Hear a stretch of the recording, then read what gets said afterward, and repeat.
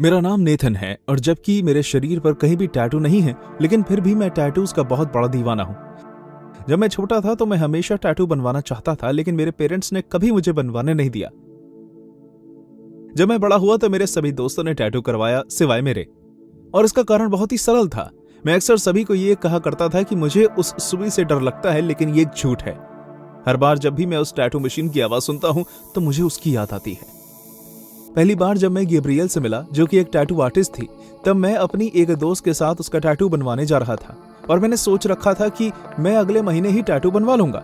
लेकिन जब नैन्सी ने कहा कि मैं उसके साथ चलूं और देखूं कि मुझे किस चीज का सामना करना है, तो मुझे एक पल के लिए भी हिचकिचाहट नहीं हुई। क्या तुम टैटू ना करवाने के बारे में सोच रहे हो? मेरे ऊपर टैटू बनने वाला है तो फिर उसमें तुम क्यों इतना डर रहे हो? मुझे ज्यादा डर इस बात का लग रहा है कि कहीं हम किडनैप तो नहीं हो जाएंगे और हमारे अंक को कहीं और बेचा जाएगा। तुम पक्का इस टैटू बनाने वाले को जानती हो ना? दरअसल नहीं। नैन्सी, ये क्या बकवास है? लेकिन मैं जानती हूँ कि उसका भरोसा किया जा सकता है। मेरी एक सहेली ने मुझे इसके पास भेजा है। उसने मुझे बताया है कि ये काफी अच्छा काम करती है और पैसे भी कम लेती है। शायद बहुत ही ज्यादा सस्ती। मुझे तुम्हारा अंग बेचने का आइडिया अच्छा लगा। एक दुकान की खुली हुई खिड़की से एक औरत ने हमें झांक कर देखा। वो बहुत ही ज्यादा पतली थी और उसकी आंखों का रंग लाल था, जिसे देखकर मुझे लगा कि शायद उसने लेंस लगाए हुए हैं। ओह, मुझे माफ कीजिएगा, मेरा वो मतलब नहीं था। मैंने तुम्हें माफ किया डार्लिंग। अंदर आ जाओ, इससे पहले कि कोई तुम्हें वाकई अगवा कर ले। जैसे ही हम अंदर गए तो हमने टैटू बेड और बहुत से अलग अलग टूल्स देखे। वो जगह काफी साफ सुथरी लग रही थी और बाहर जैसी दिख रही थी वैसे तो अंदर से बिल्कुल नहीं थी। बिना ज्यादा वक्त गवाए उस टैटू आर्टिस्ट ने फौरन टैटू बनाने के लिए लगने वाला सामान इकट्ठा कर लिया। मैंने नैन्सी को कभी इतना खुश नहीं देखा था और शायद उसको पता ही नहीं चला कि उसकी टैटू वाली उसे नहीं बल्कि मुझे देख रही थी। पहले तो मुझे लगा कि शायद ये कोई इत्तेफाक है, लेकिन जैसे जैसे कुछ मिनट बीतते गए उसकी आंखें पागलों की तरह मुझ पर गड़ी रही। और तो और अब इतनी देर हो चुकी थी कि उसको कोई फर्क नहीं पड़ता था अगर नैन्सी उसे ये सब करते देख भी ले तो। मेरी दोस्त बेड पर लेटी हुई थी और बस ऊपर बनी दीवार की तरफ देखती रही, जबकि गैब्रियल उसकी बाएं बाजू पर टैटू बना रही थी। तुम्हें कैसा लग रहा है? हाँ, थोड़ा थोड़ा दर्द हो रहा है, लेकिन मैं ठीक हूँ। और तुम्हें? क्या तुम भी टैटू बनवाने के बारे में सोच रहे हो? उसने एकदम से मुझसे सवाल किया। अभी तो मुझे नहीं पता, शायद मैं कभी करवाऊं। क्या बात कर रहे हो नेथन, तुम तो टैटू करवाने के लिए मरे जा रहे थे। गैब्रियल को वो जवाब पसंद नहीं आया। उसने कुछ देर तक मुझे गुस्से भरी नजरों से देखा और फिर वहीं पागलों वाली मुस्कान के साथ देखने लगी जैसे वो मुझे पहले देख रही थी। हो सकता है उसे टैटू करवाने से डर लगता हो। शायद तुम सही कह रही हो। तुम जानते हो नेथन, तुम्हें टैटू करवाने से नहीं घबराना चाहिए। तुम्हें इस दर्द को खुले दिल से अपनाना चाहिए। ये बहुत ही खूबसूरत चीज है जो तुम्हारे साथ जिंदगी भर रहेगी। मैं सच कह रहा हूँ, उसके लाल रंग के लेंस उस समय जैसे चमकने लगे थे, मुझे ऐसा लग रहा था जैसे वो औरत मेरे आर पार देख रही थी। आउच! मुझे दर्द हो रहा है। मुझे माफ करना डियर, मैं एक नाजुक हिस्से पर टैटू कर रही थी। शुक्र है कि नैन्सी ने बस एक छोटा सा ही टैटू करवाया था, इसलिए हमें वहां 1 घंटे से ज्यादा नहीं बैठना पड़ा। उस वक्त भी गैब्रियल ने एक पल के लिए भी मुझसे नजरें नहीं हटाई और अपनी भयानक मुस्कान के साथ मुझे देखती रही। उसके बाद के कुछ दिन और भी ज्यादा बदतर निकले। गैब्रियल मुझे मैसेज करने लगी, लेकिन मैं उसे इग्नोर करता रहा। मुझे उससे बहुत ही बुरी वाइब्स आती थी। समय ने यह बात साबित कर दी थी कि मेरा वो फैसला बिल्कुल ठीक था, क्योंकि उसके बाद उसने मेरे हर सोशल अकाउंट पर मुझे मैसेज करना शुरू कर दिया और उसके मैसेज का कोई सर पैर भी नहीं होता था। कभी कभी तो वो खुद से ही बातें करती थी, जबकि मैं उसे कोई जवाब ही नहीं दे रहा था। फिर वो मुझे बेइज्जत करती और अचानक वो फिर से मुझसे ठीक से बात करने लगती। हर बार जब मैं उसे ब्लॉक करता तो वो मुझे एक नए अकाउंट से फॉलो कर लेती। उसके कुछ ही समय के बाद वो मुझे गली में दिखने लगी या फिर तब जब मैं शॉपिंग के लिए निकलता। वो मेरे पास नहीं आती थी, बस दूर से मुझे हाय का इशारा करती, जैसे वो मुझे बता रही हो कि वो मेरा पीछा कर रही है। मैं जानता हूं कि मुझे इतनी हिम्मत जुटा लेना चाहिए थी कि मैं उसे जाकर ये कह सकूं कि वो मुझे अकेला छोड़ दे, लेकिन मैं हमेशा से ही ऐसा इंसान रहा हूं जो हर कीमत पर कभी भी खुद से जाकर किसी से बात करने से बचता है। मैंने उससे बात करने की हिम्मत भी नहीं की और इसलिए शायद उसे इस वजह से मुझे परेशान करने का मौका मिलता गया। वो बस मुझे देखकर अपना हाथ हिलाती और मुझे उसे कुछ भी कहने की जरूरत नहीं पड़ती। लेकिन मेरी इस नजरअंदाजगी का नतीजा मुझे कुछ दिन बाद पता चला। मंगलवार की एक सुनहरी दोपहर में जब मैं अपने घर से निकला तो गली बिल्कुल खाली थी। जैसे ही मैंने कुछ कदम अपने घर से बाहर निकाले, मैंने अपने आंखें किसी की परछाई देखी और जब मैंने पीछे मुड़कर उस शख्स को देखने की कोशिश की, उससे पहले ही एक हाथ मेरे मुंह के आगे आया और उसने मेरी नाक पर रुमाल रख दिया। अचानक मुझे चक्कर आने लगे और धीरे धीरे मेरी आंखें बंद हो गई। जब मैंने अपनी आंखें खोली तो मैं उस टैटू पार्लर के अंदर था और मेरे सामने गैब्रियल ट्यूनिक पहनकर खड़ी थी। उसकी आंखें मुझे पागलों की तरह देख रही थी। तो आखिरकार तुम वो ठीक है डियर? बात करने की तकलीफ मत उठाओ, तुम्हारी कोई भी बात इतनी ज्यादा जरूरी नहीं है। नेथन, मैं तुमसे तब से प्यार कर बैठी हूं जब से मैंने तुम्हें पहली बार अपनी खिड़की से देखा था।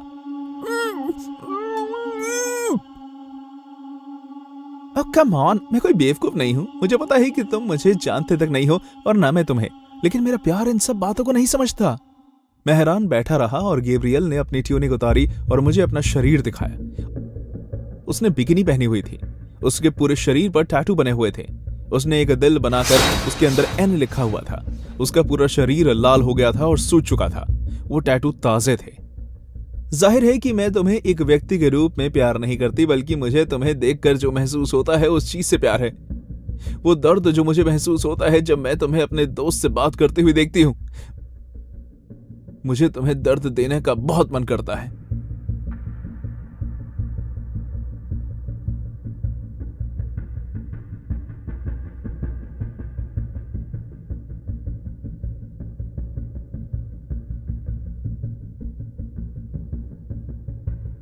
मेरे शरीर की तरफ देखो नेथन, क्या तुम जानते हो कि ये सब करने में मुझे कितना दर्द हुआ होगा? मैंने बहुत जोर से सुई अपने अंदर गाड़ी और ये सब मैंने खुद किया है, यहां तक कि अपनी पीठ पर भी। ये सिर्फ और सिर्फ एक कलाकार ही कर सकता है नेथन। हम अपने काम के लिए जोशीले होते हैं, भावुक होते हैं, और यही भावना मुझे पसंद है। और क्या तुम जानते हो कि खुद को दर्द देने से ज्यादा क्या बेहतर है? किसी और को दर्द देना।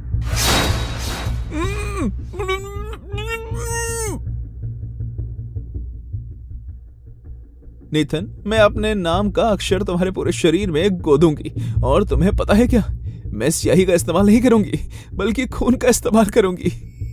फिर वो अपने हाथ में टैटू की मशीन को चलाकर धीरे धीरे मेरे करीब आने लगी, जैसे उसे मुझे घबराया हुआ डरा हुआ देखकर बहुत मजा आ रहा हो। मेरा रोना रुक ही नहीं रहा था। मैं इस पागल औरत की रहम पर जी रहा था। अचानक किसी ने टैटू पार्लर के दरवाजे पर खटखटाया और जैसे ही उसने आवाज सुनकर अपना सर घुमाया, मैं उस मौके का फायदा उठाते हुए उठा और पूरी जान लगाते हुए मैंने उसे धक्का दे दिया। गैब्रियल का सर एक दीवार से जा टकराया और वो हक्की बक्की रह गई। उसके लिए कुछ सेकंड्स तक उठना मुश्किल हो गया।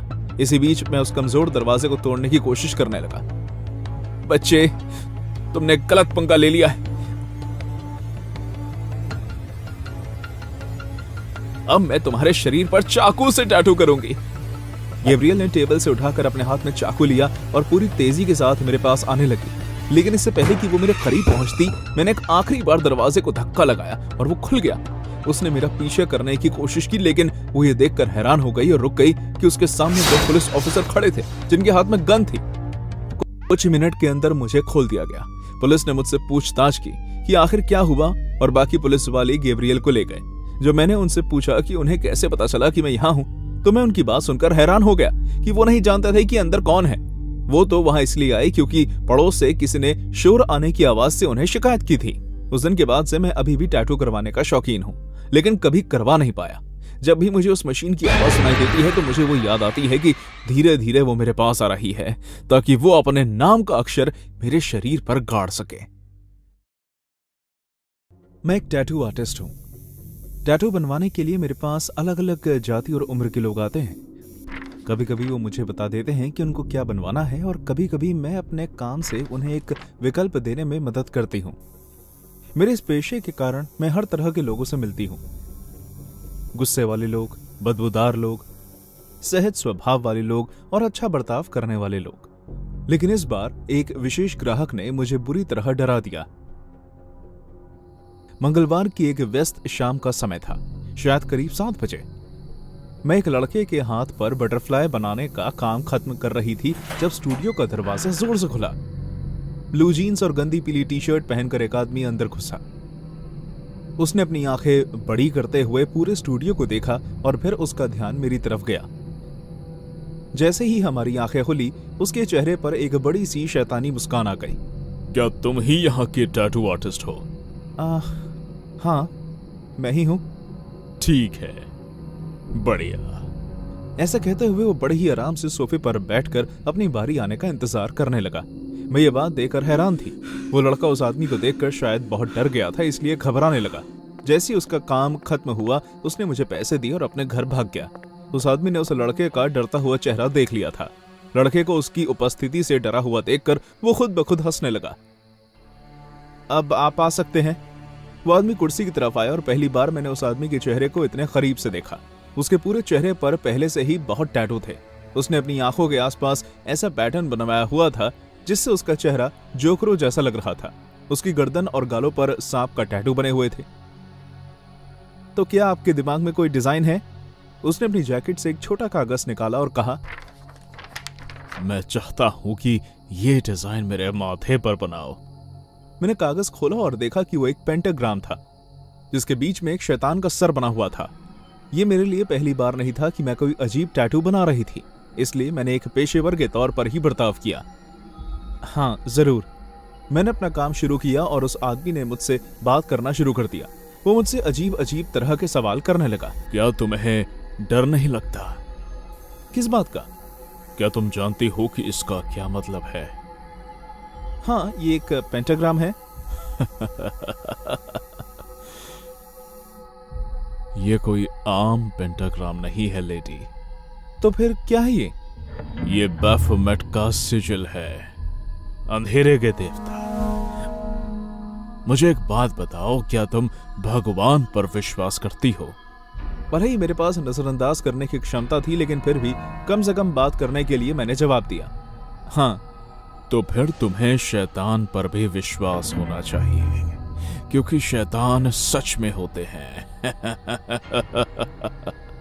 अगर मेरे बस में होता तो मैंने उसे लात मारकर बाहर निकाल दिया होता, लेकिन मैंने अपने काम से काम रखने में ही भलाई समझी और उसका काम जल्द से जल्द खत्म करने की कोशिश करने लगी।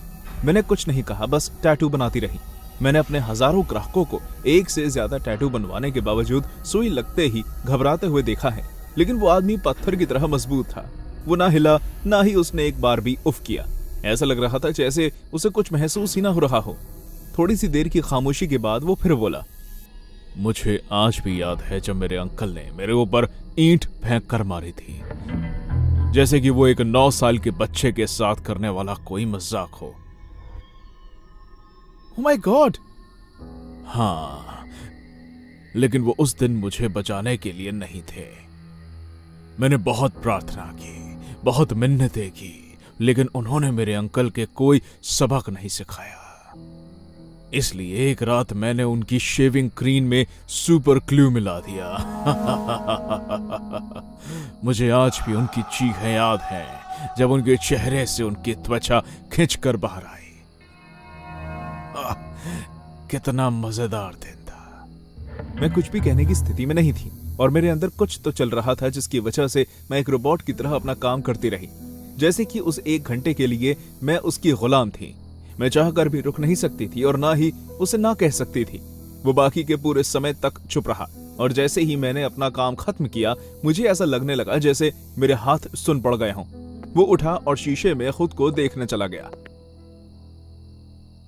तुमने अच्छा काम किया है। शुक्रिया। उसने मुझे मेरे पैसे पकड़ाए और पता नहीं कहां से मेरे अंदर एक हिम्मत आ गई। अब तुम्हारे अंकल कहां हैं? मेरे सौतेले बाप के साथ नरक में सड़ रहे हैं। जब मैं छोटा बच्चा था तब वो बदजात आदमी मुझे बेल्ट से बहुत मारता था।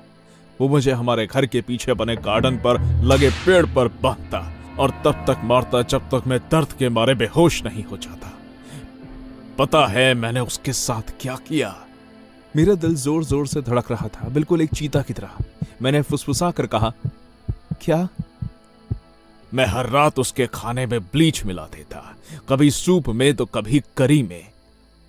और जब मैं हर सुबह उससे उल्टी करते हुए सुनता तो मैं अपने कमरे में बैठकर तालियां बजाता।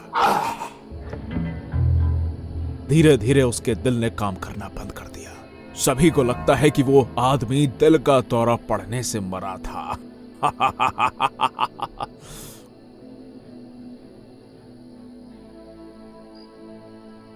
उम्मीद करता हूं कि अब उन दोनों को इस बात पर पछतावा होता होगा कि उन्होंने मेरे साथ किस तरह का बर्ताव किया। तुमने उन्हें मार डाला? क्या तुम पुलिस को बुलाओगी? नहीं नहीं। क्यों? क्या तुम पुलिस को फोन मिलाने तक के लिए थकी हुई हो? जाओ करो, पुलिस को फोन करने के लिए तुम्हें कोई नहीं रोक सकता।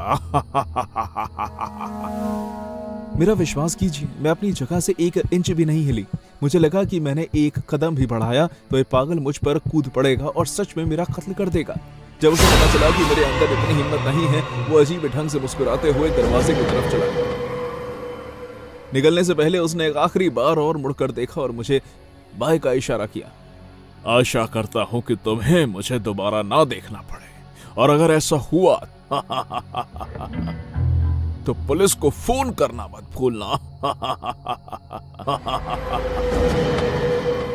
और फिर वो चला गया। मुझे नहीं याद कि मैं उस रात घर कैसे गई, लेकिन कहानी यहां खत्म नहीं होती। महीनों बाद मैं अपने अपार्टमेंट में टीवी देखते हुए खाना खा रही थी। मैंने गलती से न्यूज चैनल लगा दिया और उसे देखा दोबारा। सेटन को पूजने वाले उस पागल की हेडलाइंस आ रही थी। कल रात 36 साल की एक औरत कर्न काउंटी मोटेल में मरी हुई पाई गई। 6 बच्चों की ये मां शायद सोने जा रही थी जब जेमी नाम का एक कातिल उसके कमरे में आ घुसा और उसने उसकी चाकू मारकर हत्या कर दी।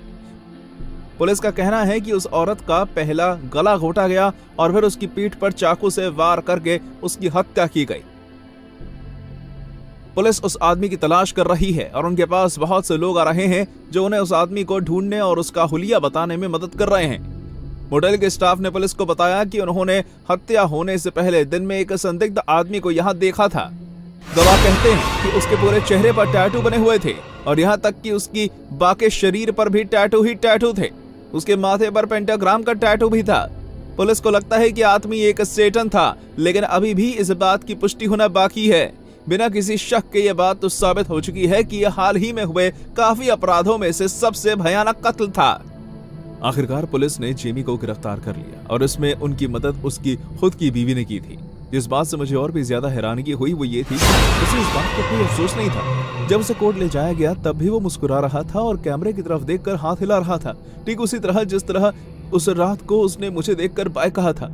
ये बात मुझे हर रात सताती है कि मेरा ग्राहक एक साइकोपैथ किलर था, जबकि मुझे ये जानकर बहुत ही बुरा लगता है कि उसका बचपन बहुत ही मुश्किल रहा था। लेकिन फिर भी मुझे समझ नहीं आता कि आखिर उसने उस बेचारी औरत को क्यों मारा। शायद से उसके ऊपर हुए इतने अत्याचारों ने उसके अंदर का शैतान जगा दिया होगा, या फिर वो शुरू से ही एक पागल था। आपको क्या लगता है? अभी टैटू के बारे में बात करना मेरे लिए बहुत ही मुश्किल है। इतना मुश्किल कि मैं कोई टैटू देख भी नहीं सकती, क्योंकि उससे मुझे याद आने लगता है कि उस दिन मेरे साथ क्या हुआ था।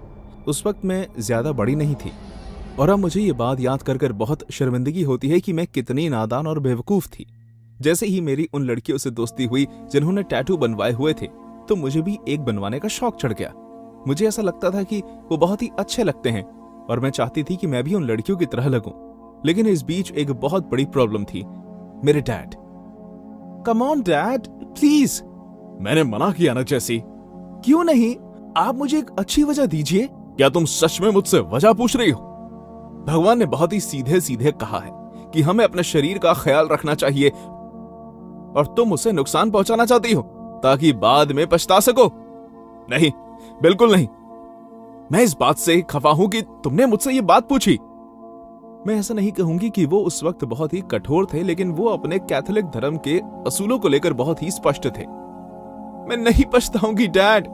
तुम पछताओगी। तुम्हें आखिर ऐसे ख्याल आते कहां से हैं? हाँ, छोड़ो। मेरे दोस्तों के ग्रुप में एक लड़की थी जिसका नाम था रोजा और उसके बहुत सारे टैटूज थे, लेकिन उसे और टैटू चाहिए थे और यहीं से वो सब शुरू हुआ। लेकिन मुझे एक नया टैटू आर्टिस्ट ढूंढना पड़ेगा, क्योंकि जिससे मैं हमेशा टैटू बनवाती थी वो तो शहर छोड़कर जा चुका है। जैसी, क्या तुम ठीक हो? तुमने अपने पेरेंट्स को ये सब करवाने के लिए राजी कैसे किया? मुझे नहीं लगता कि उन्हें पता भी है कि मेरे शरीर पर टैटू बना हुआ है। तो फिर तुमने कैसे? अगर मैं एक सही जगह पर जाऊं तो मुझे इजाजत की कोई जरूरत नहीं है। क्या तुम करवाना चाहती हो? कुछ दिन बाद रोजा के एक दोस्त ने उसे एक टैटू आर्टिस्ट का नंबर दिया जो हमारी मदद करने वाला था। वो शनिवार का दिन था जब हमने उस जगह पर जाने का फैसला किया। मेरी दोस्त और मैं बड़े शहर से निकलकर एक छोटी सी बदबूदार गली में आ गए। रोजा, क्या तुम्हें डर लग रहा है? आओ, हमें इस तरफ जाना है। वो और मैं एक सीढ़ियों की तरफ बढ़ने लगे जिसका रास्ता बेसमेंट की तरफ जा रहा था। मैं डरी हुई थी जैसे उसने कहा। वो बिल्डिंग बारिश के बाद गीली पड़ी हुई थी और वहां की लाइट्स बहुत ही धीमी थी। वो ऐसी जगह नहीं लग रही थी जहां मैं होना चाहती थी। जैसे ही रोजा हमारे सामने बने एक दरवाजे को खटखटाने जाने लगी, मैंने उसका हाथ रोक दिया। रुको, क्या तुम्हें यकीन है कि ये वही जगह है?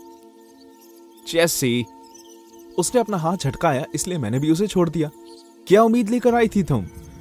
अगर तुम्हें गैर कानूनी तरीके से टैटू करवाना है तो क्या तुम्हें लगता है कि वो जगह बहुत ही बढ़िया बनी होगी? क्या तुमने ये सोचा था कि उसकी दुकान शहर के बीचों बीच होगी? आज मैं तुम्हें सच बताती हूँ, वो इसी तरह हमारा टैटू बनाएंगे, इसी तरह के अंधेरे में, शहर के छुपे हुए कमरे में, समझी? और अगर तुम्हें ये करवाना है तो इसे मानना ही पड़ेगा। बिना उसकी बात का कोई जवाब दिए मैं बस उसे देखती रही। रोजा ठीक कह रही थी, इसलिए अब मैं दोबारा शिकायत नहीं करने वाली थी। इस बार उसने दरवाजा खटखटा दिया। कुछ सेकंड्स के बाद किसी ने अंदर से आवाज दी। कौन है? मेरा नाम रोजा है, शायद मेरी आपसे फोन पर बात हुई थी। मैं रोजा, हाँ, मुझे याद है। उस औरत की आवाज बहुत अजीब थी, जैसे उसे बहुत नींद आ रही हो। खैर, इसके बाद जो आवाज थी हमें वो सुनाई दी, वो थी ताला खुलने की। और फिर जाकर दरवाजा खुला। अंदर से एक औरत बाहर निकली जो काफी मोटी थी। उसके पूरे शरीर पर टैटू बने हुए थे और उसके बाल संतरी रंग के थे। वो बाजू हटी और उसने कहा, जल्दी करो, मैं नहीं चाहती कि और भी चूहे आ जाएं। रोजा ने मेरा हाथ जोर से पकड़ा और मुझे खींचकर अंदर ले गई, क्योंकि मैं खुद एकदम पुतले की तरह खड़ी थी। जैसे ही मैं उस औरत के बगल से निकल कर गई, मेरी नाक बहुत ही तेज बदबू को सूंघती हुई गई। आप दोनों हॉल के पहले दरवाजे तक जाइए। ऐसा कहने के बाद मैंने अपने पीछे दरवाजा बंद होने की आवाज सुनी। जैसे कि उस औरत ने कहा था, हम हॉल के पहले दरवाजे तक पहुंच गए, लेकिन मुझे कोई बदलाव महसूस नहीं हुआ। हॉल में जो लाइट जल रही थी वो लगातार फड़फड़ाती रही और दीवारों पर बहुत नमी थी क्योंकि बहुत ठंड थी। तो ये सब आम बात है ना रोजा? इससे पहले कि वो मुझे कोई जवाब दे पाती, जिस दरवाजे के सामने हम खड़े थे वो खुल गया। इस बार हम एक आदमी से मिले जिसके लंबे काले बाल थे और उसकी दाढ़ी भी थी। उसके भी उस औरत की तरह बहुत सारे टैटू थे, लेकिन उन दोनों में एक बहुत ही खास चीज अलग थी। इस आदमी के चेहरे पर ठीक उसकी बाएं आंख के नीचे एक आंसू का टैटू था। तुम दोनों जरूर ही रोजा और जैसी होगी। मैं लेक्स हूं। क्या तुम्हारे पास कैश है? हाँ जरूर। बहुत बढ़िया। शर्लिन तुम्हारा टैटू बनाएगी, रोजा और जैसी मैं तुम्हारा। मेरी नजर घूम फिर के दोबारा रोजा की तरफ गई, लेकिन वो तो बहुत शांत लग रही थी। ठीक है, आओ रोजा। मेरी दोस्त को उस औरत के साथ दूसरे कमरे में जाने में वक्त नहीं लगा। क्या तुम दरवाजा बंद कर सकती हो? जैसे मैंने वही किया जो उसने कहने को कहा, और दरवाजा बंद करते ही मुझे कुछ गलत होने का एहसास होने लगा। मुझे ऐसा लगा जैसे एक पंछी पिंजरे में कैद हो गया हो। उस कमरे में कोई भी खिड़की नहीं थी। आओ बैठो, तब तक मैं सारा सामान रख लेता हूं। ठीक है। बैठकर मैंने देखा कि उसने बहुत सारी काली इंक भरना शुरू कर दिया। तो तुम किस तरह का टैटू बनवाना चाहती हो? वेल, शायद कोई तितली या फिर कोई फूल। दरअसल मैं सोच रही थी कि क्या आप मेरी मदद कर सकते हैं? वो आदमी अचानक से ही चुप हो गया। तुम्हारी इस चीज में मदद करो? क्या तुम कोई बच्ची हो? Excuse me? या तुम्हें यकीन है कि तुम्हें करवाना है? तुम्हें देखकर ऐसा लग रहा है कि जैसे कोई चूजा जंगल में खो गया हो, या फिर उससे भी बुरा, जैसे कोई चूहा वो होता है ना, जब वो अपने पिंजरे में चीज ढूंढ रहा होता है। क्या मुझे वो कमेंट्स लेने चाहिए थे? कुछ ही मिनटों पहले रोजा तो बहुत शांत लग रही थी, इसलिए मुझे लगा कि उसके भी इसी तरह के अनुभव रहे होंगे। बेशक मुझे ये चाहिए। तुमने तो अब तक तय भी नहीं किया है। एक डेजी। मुझे अपनी बाजू पर एक डेजी का फूल बनवाना है, प्लीज।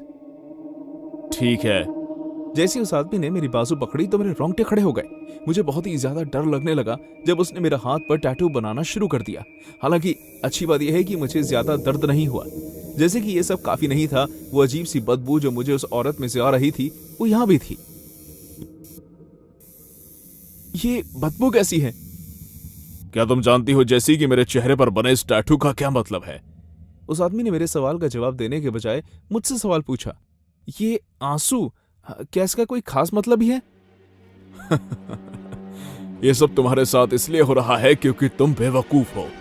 क्या? कुछ कारण की वजह से मुझे चक्कर आने लगे।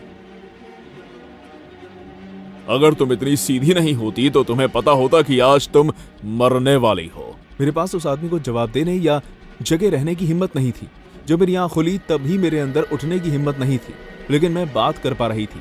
वो आदमी मेरे सामने था, शेल्फ के सामने खड़ा होकर कुछ सामान देख रहा था। हे, मैं एक बहुत ही छोटे से कमरे में थी और मैं ये जानकर और भी ज्यादा परेशान हो रही थी कि मैं बंधी हुई हूं। आखिर तुम क्या कर? मुझे ये तुम जैसे बेवकूफ बच्चों पर करना अच्छा लगता है। वो मेरे करीब आने लगा। रुको। तुम इसी के लायक हो जैसी। मुझे तुम्हारी स्किन की जरूरत है। मैं इससे बहुत कुछ कर सकता हूं ताकि मैं पैसे कमा सकूं। तुम इसी के लायक हो क्योंकि तुम बेवकूफ हो। जब वो मुझे किसी टूल से तकलीफ देने लगा तो मैं चिल्लाई, और जब वो दर्द बर्दाश्त से बाहर हो गया तो मैं बेहोश हो गई। जब मुझे दोबारा होश आया तो मैं एक कूड़ेदान में थी। मेरे पूरे शरीर में दर्द हो रहा था और यहाँ तक कि मेरी गर्दन पर एक गहरा कट भी था और बाकी पूरे शरीर पर स्क्रैचेस पड़े हुए थे, लेकिन मैं जिंदा थी। कुछ लोगों ने मुझे पुलिस स्टेशन में जाने में मदद की, जहां मैंने उन्हें वो सब बताया जो मेरे साथ हुआ। बदकिस्मती से रोजा की लाश पुलिस को काफी घंटों बाद मिली, लेकिन उस टैटू आर्टिस्ट का कहीं कोई नामो निशान नहीं था और आज तक पुलिस उन्हें ढूंढ रही है।